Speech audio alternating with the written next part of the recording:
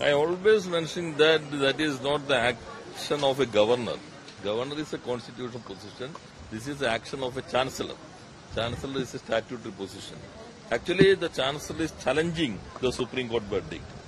And actually, de facto, he is challenging the spirit of the Supreme Court judgment.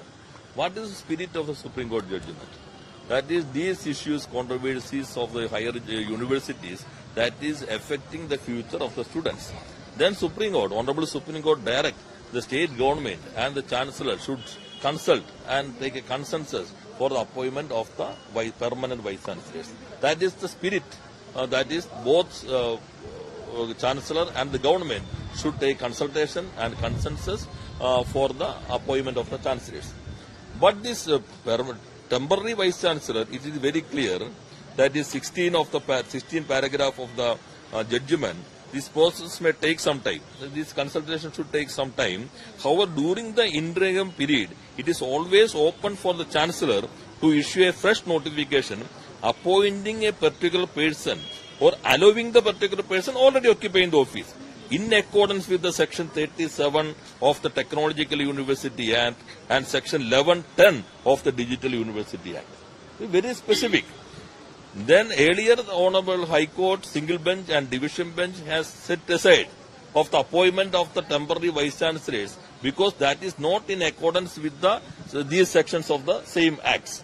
That is not in as per the recommendation of the state government. That is in the act, it is very clear and specific. And the Supreme Court judgment also upheld the High Court judgments and no need of any interpretation on these sections of the State Act. What is the State Act? Whether the vacancy of Vice Chancellor arises in any of the following circumstances, the Chancellor may appoint the Vice Chancellor of any other university or the Pro-Vice Chancellor of this university or the Secretary to Government Higher Education Department recommended by the government. Then recommendation is mandatory as per this Act. That is why the High Court set aside the appointment of the temporary VC of the Digital University and Technical University. Then Supreme Court has held a correct position. The Chancellor can appoint a new person or the existing person, but in accordance with the State Acts. This is totally against the Supreme Court judgment. The action of the Chancellor is totally against the Supreme Court verdict, and he is challenging the Supreme Court. He is challenging the spirit of the judgment. But the government has taken the decision of the Supreme Court in the right spirit.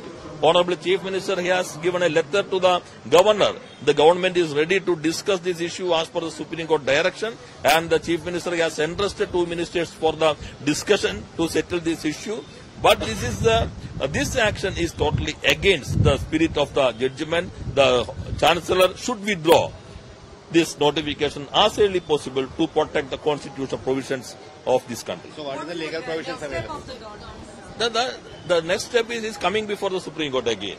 Then we will inform the Supreme Court. This is the action of the Chancellor. He is challenging the spirit of the judgment. He is challenging the judgment itself.